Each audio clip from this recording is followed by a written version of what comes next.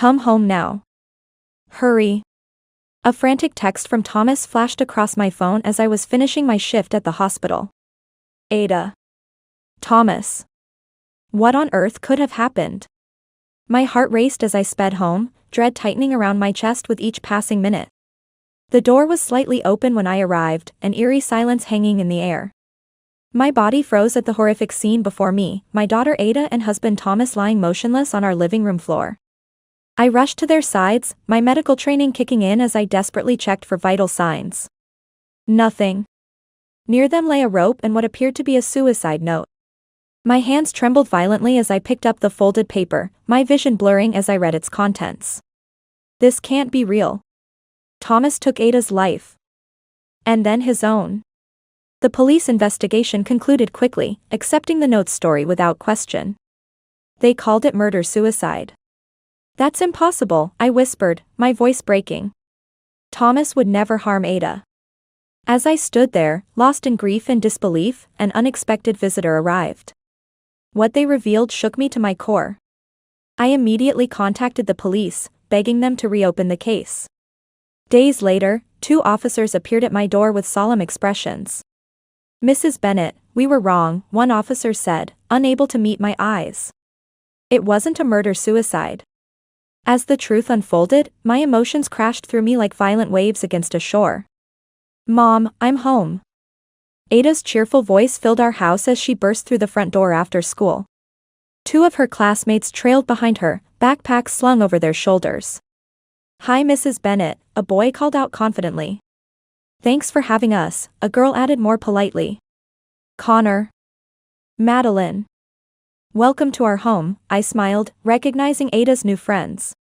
Connor is the outgoing type who loves video games, while Madeline is studious and conscientious. They'd formed an inseparable trio these past few weeks. The children quickly disappeared into Aita's room, their laughter and excited voices drifting through the house. In the kitchen, I arranged some pound cake I picked up from the bakery near the train station. It was on sale, just $1.52 for the whole loaf. For a moment, I felt a twinge of inadequacy thinking about serving it. Aita's elementary school catered to the elite. Our neighborhood was filled with tech executives and successful entrepreneurs who'd chosen this area for its excellent schools. Thomas and I only managed to build our home here because his cousin sold us the land at a family discount.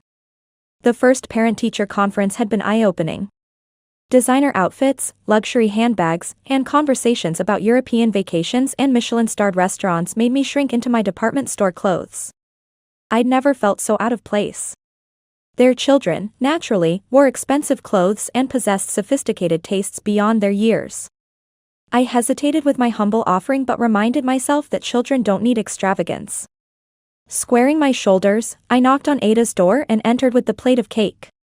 Snack time, I announced. The children's faces lit up. Awesome. Thanks Mrs. B. Connor exclaimed, reaching eagerly.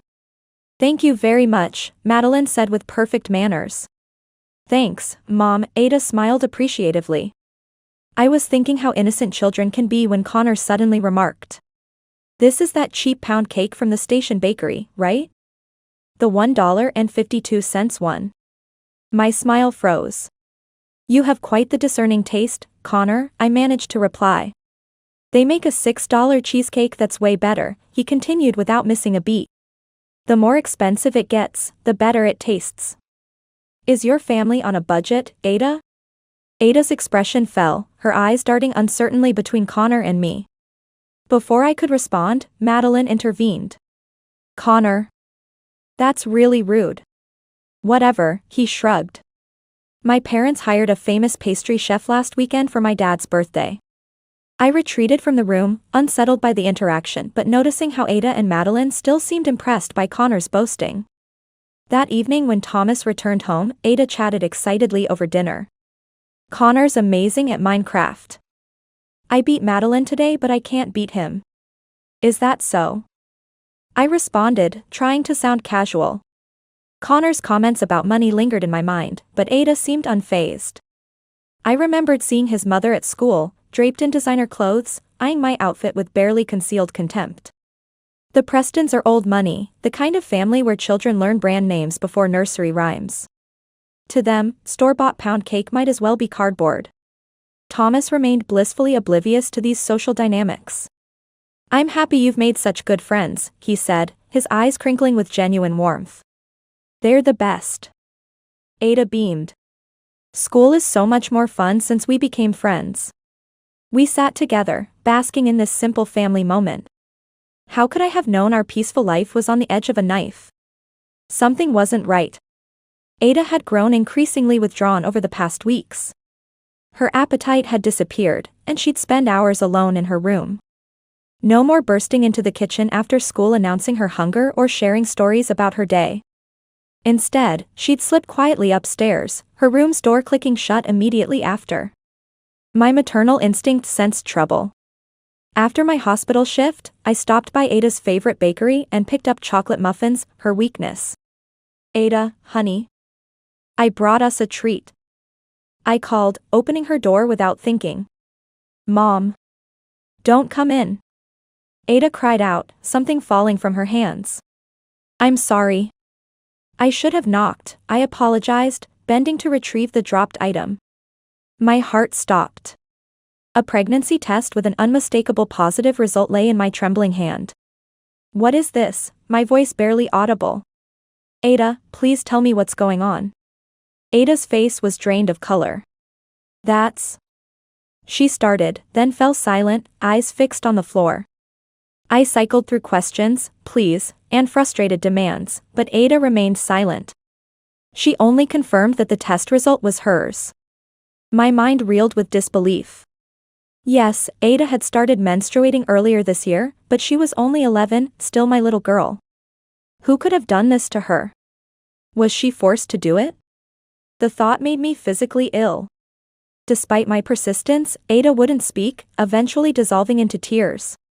I mechanically finished preparing dinner, my thoughts churning with awful possibilities. When Thomas came home, we ate in tense silence. "I'm going to bed," Ada mumbled, barely touching her food before fleeing upstairs. "Ada, we need to talk about this." I called after her, but she was gone. Thomas looked between us, concern etching his features. "What's happened?" he asked quietly. With a heavy sigh, I told him everything. His face went through shock, denial, then anger. "There must be some mistake," he insisted desperately. "I saw the test result with my own myself, Thomas," I replied, my voice breaking. And Ada confirmed it was hers. His fist slammed the table. "She's 11 years old." He shouted, anguish in his voice. "Who would do this to her?" I remembered a school email warning about a suspicious person. "You don't think?" I couldn't finish the thought. Thomas nodded grimly. "It would explain why she won't talk," he said. "We need to take her to a doctor tomorrow, then the police." The room seemed to spin around me. How had our ordinary life shattered so completely? The following day was Saturday. We'd have the whole day to get Ada help and find whoever did this. We had a plan. We thought we were prepared. But we had no idea what awaited us. Saturday morning arrived with heavy anticipation. I was preparing to talk with Ada after breakfast when my phone buzzed insistently. "Hello? Dr. Sharma?" "Yes, I understand." It was the hospital administrator explaining an urgent insurance coding crisis. Our small medical office was understaffed, just the doctor, his wife, a full-time office manager, and 2 part-timers including myself. "We need you to come in immediately," he insisted. "But..." I hesitated, torn between responsibilities. "Just until noon," he promised. "The system needs to be fixed before Monday's appointments." I reluctantly agreed, explaining the situation to Thomas. "I'll talk with Ada," he assured me. "We'll wait for you to get back before going anywhere." The promised noon deadline stretched to 1 o'clock, then 2 o'clock, then 3 o'clock. I sent text messages to Thomas but they somehow went unanswered. Anxiety gnawed at me as I finally broke free and rushed home. "Thomas? Ada? I'm back." I called, stepping inside. Silence. The house felt wrong, too still, too quiet. I hurried to the living room and froze. Thomas and Ada lay motionless on the floor. Ada. Thomas. I screamed, dropping to my knees beside them. My fingers desperately searched for pulses that weren't there.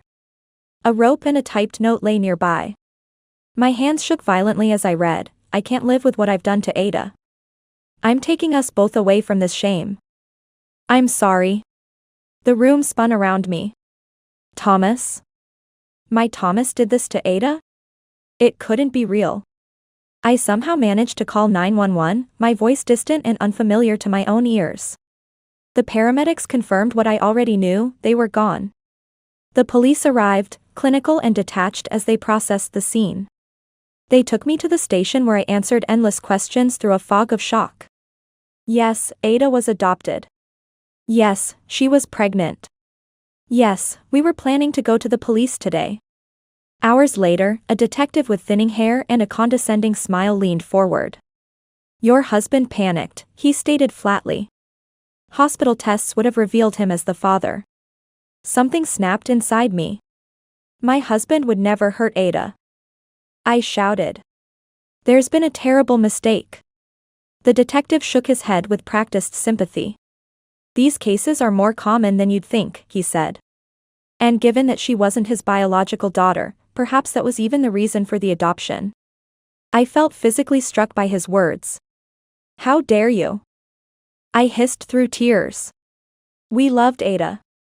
We would never. I understand this is difficult to accept, he interrupted with that same pitying expression. But men can have sides they never show their wives. I wanted to defend Thomas, to scream his innocence, but my voice failed me.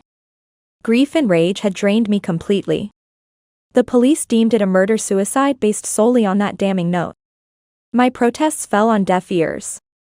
No further investigation, no questioning, nothing. The case was closed.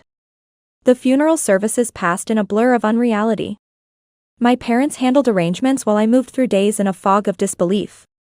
Ada's classmates came, Madeline crying openly while Connor stood awkwardly beside his parents. Thomas's co-workers attended, their faces masks of sympathy and unspoken judgment.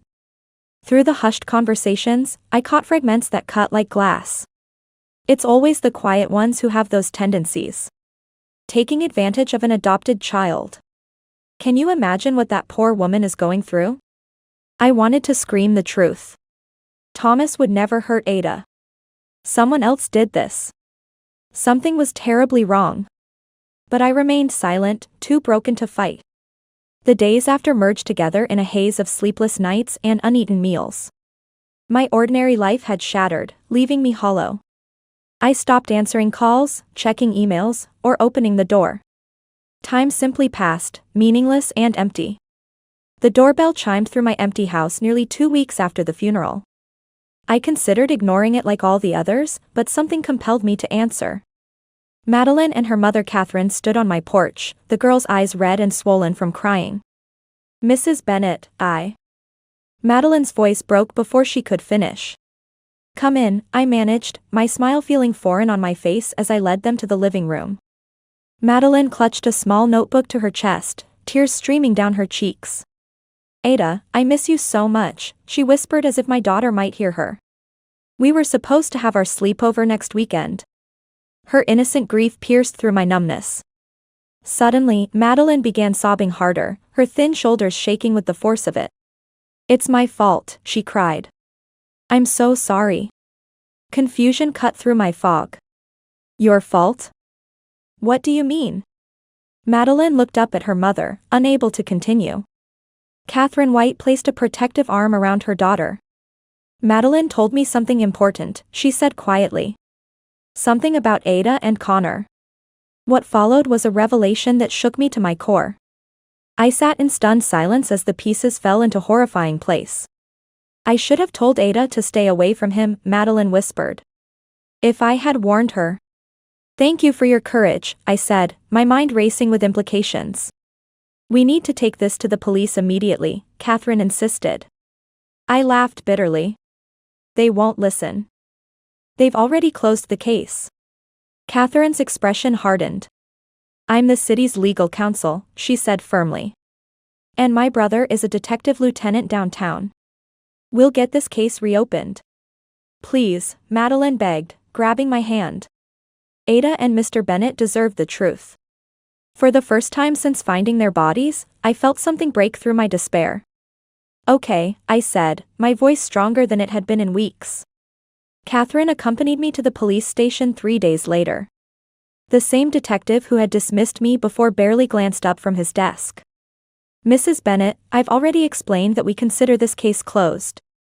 I placed the folder Catherine had prepared on his desk. My daughter got pregnant because of her classmate Connor Preston, I stated firmly. Not because of my husband. The detective sighed with exaggerated patience. Mrs. Bennett, grief can make us deny difficult truths. The suicide note was quite clear. That note was forged, I insisted. Please reopen the investigation. We have real crimes to solve, he replied dismissively. I don't have time for this. Catherine stepped forward, her professional demeanor unmistakable. Detective Parker, I've already discussed this case with Lieutenant White. I believe you know him, he's my brother. The detective's face was drained of color. Lieutenant White? I wasn't aware you were, please excuse me for a moment. He hurried from the room, returning minutes later with his superior. Mrs. Bennett, the senior officer said with newfound respect. We'll be reopening your case immediately. A full forensic team will reinvestigate the scene. The power of connections was undeniable. I felt a surge of vindication mixed with disgust at the corruption within the very system of justice. A week later, 2 officers arrived at my home wearing solemn expressions. Mrs. Bennett, the female detective began. We owe you an apology. This wasn't a murder-suicide. Your husband and daughter were murdered by someone else. My legs felt weak as relief and horror collided within me. I knew it, I whispered. The detective continued, her voice gentle but professional. We've conducted a thorough reinvestigation. We've analyzed security footage from neighbors' doorbell cameras. And found trace evidence that was overlooked. The Prestons' vehicle was captured on 3 separate cameras near your home that day. Victoria and Richard Preston, Connor's parents, murdered your family. Connor had gotten Ada pregnant. This was the devastating revelation Madeline shared that day. It had begun months earlier when Connor, exposed to explicit content online, became fixated on sexual experimentation. He asked me to play grown-up games first, Madeline explained between sobs. I didn't really understand, but something felt wrong. She had refused, keeping the uncomfortable interaction secret. Rejected by Madeline, Connor had turned his attention to Ada. Ada always wants to make everyone happy, Madeline whispered. She wouldn't know how to say no to him. I should have warned her. I should have told someone. Madeline's guilt had reached a breaking point at the funeral when she overheard whispers blaming Thomas. That night, she finally confessed everything to her mother. Connor's parents must have found out, Catherine had theorized to me that day. For a family like the Prestons, with their connections, this would be devastating. Her theory proved horrifyingly accurate. The police investigation revealed the calculated nature of the crime. Ada, confused by her changing body, had confided in Connor. Connor told his parents, Victoria and Richard Preston.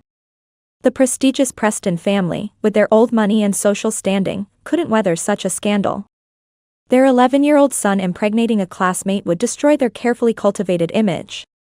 They initially planned to lure Ada away alone that Saturday.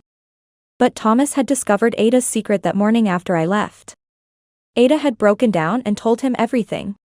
Together, they went to confront the Prestons. This unexpected development forced Victoria and Richard to improvise. They murdered Thomas and Ada, then staged the scene in our living room. The forged suicide note was typed to avoid handwriting analysis. They wore gloves, leaving no fingerprints. The initial police investigation was deliberately superficial. In our affluent suburb, police officers routinely protected the wealthy. Without status or connections, my grief was easily dismissed. Had it not been for Catherine's influence, the truth would have remained buried. The reopened investigation discovered doorbell camera footage showing the Prestons' Audi at our house. A neighbor reported seeing them enter our home that afternoon. Forensic teams found Ada's clothing fibers in the Prestons' home and Thomas's shoe prints on their doorstep. When confronted with this evidence, Victoria and Richard had no choice but to confess their crime. They had murdered my family to protect their social standing. Thomas's name was finally cleared, offering a small mercy amid overwhelming tragedy. A decade has passed since I lost my family. I've built a new life in Seattle, far from the manicured lawns and calculated social hierarchies of our old neighborhood. I couldn't bear to remain where every street corner held memories of Thomas and Ada. More than that, I grew to despise the hollow values that had cost them their lives, the obsession with status and appearances that turned two parents into killers. I found purpose in founding Voices for Justice, an advocacy group for families of violent crime victims.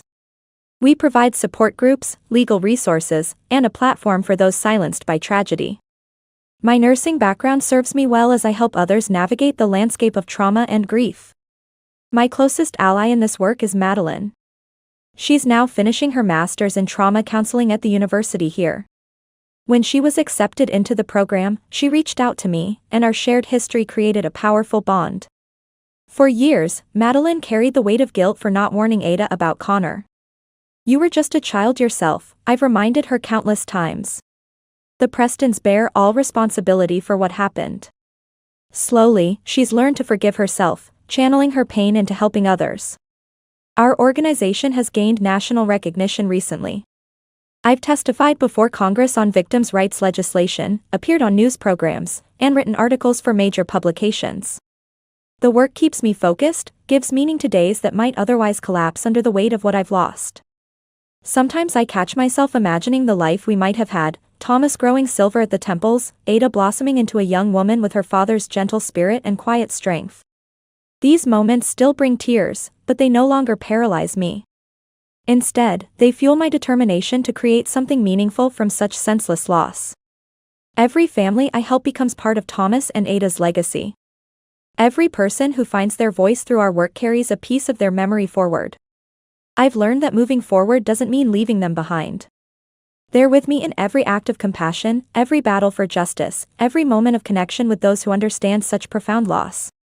This is how I honor them, not just by remembering, but by living with purpose.